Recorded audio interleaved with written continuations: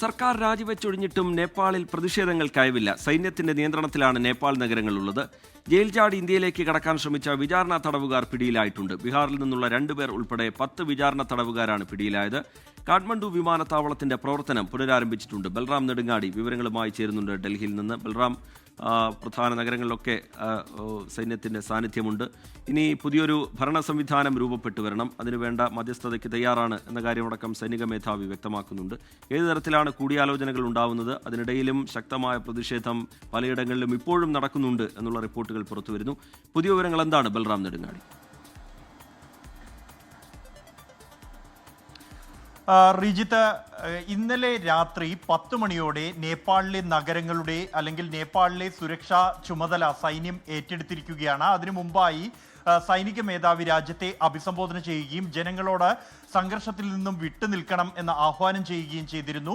ഇതിനുശേഷമാണ് സേനാവിന്യാസം നടന്നത്. നിലവിലിപ്പോൾ കാഠ്മണ്ഡു നഗരത്തിൽ അടക്കം തന്ത്രപ്രധാന ഇടങ്ങളിലെല്ലാം തന്നെ വലിയ തോതിലുള്ള സേനാവിന്യാസമുണ്ട്. അതുകൊണ്ട് തന്നെ പുതിയ സംഘർഷങ്ങൾ പൊട്ടിപ്പുറപ്പെട്ടിട്ടില്ല ഇന്ന് എന്നുള്ളതും യാഥാർത്ഥ്യമാണ്. അതേസമയം ഈ ഭരണ പ്രതിസന്ധി ഇപ്പോഴും തുടരുകയാണ്.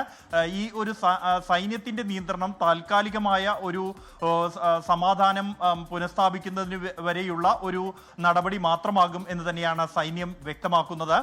പ്രത്യേകിച്ചും ഈ ജൻസി പ്രക്ഷോഭക്കാർ സമൂഹ മാധ്യമങ്ങളിലൂടെ കാഠ്മണ്ഡു മേയർ ബാലേന്ദ്ര ഷാ നേതൃത്വം ഏറ്റെടുക്കണം എന്ന ആഹ്വാനം ചെയ്ത് തുടർച്ചയായി തന്നെ രംഗത്തുണ്ട്.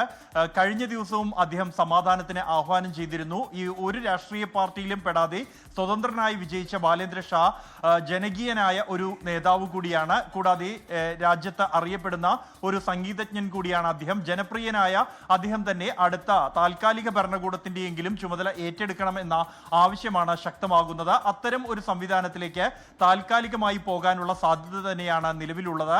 അതിനുശേഷം തുടർന്ന് തെരഞ്ഞെടുപ്പ് പ്രഖ്യാപിച്ച് മറ്റ് നടപടികളിലേക്ക് പോകും. പുതിയ പ്രധാനമന്ത്രിയെയും പുതിയ പ്രസിഡന്റിന്റെയും തെരഞ്ഞെടുപ്പ് അടക്കമുള്ള നടപടികളിലേക്ക് കടക്കും. അതോടൊപ്പം തന്നെ വ്യത്യസ്തമായ ഒരു ദൃശ്യങ്ങൾ ഇന്ന് ഈ കാഠ്മണ്ഡുവിൽ അടക്കം കണ്ടത്. കഴിഞ്ഞ ദിവസം വരെ പ്രക്ഷോഭത്തിലായിരുന്ന യുവാക്കൾ ഇന്ന് ഈ പ്രക്ഷോഭത്തിൽ കത്തിയമർന്ന നഗരപ്രദേശങ്ങൾ വൃത്തിയാക്കുന്നതിനായി തെരുവിൽ ഇറങ്ങി ശുചീകരണ പ്രവർത്തനങ്ങളുമായി എന്നുള്ളതും ശ്രദ്ധേയമാണ്. പോലീസിനും മറ്റ് സുരക്ഷാ വിഭാഗങ്ങൾക്കും ഒപ്പമാണ് അവർ ഇത്തരത്തിലുള്ള നടപടികളിൽ ഏർപ്പെട്ടത്. അതേസമയം ഈ ഇന്ത്യയിൽ അതിർത്തികളിൽ ജാഗ്രത തുടരുകയാണ്.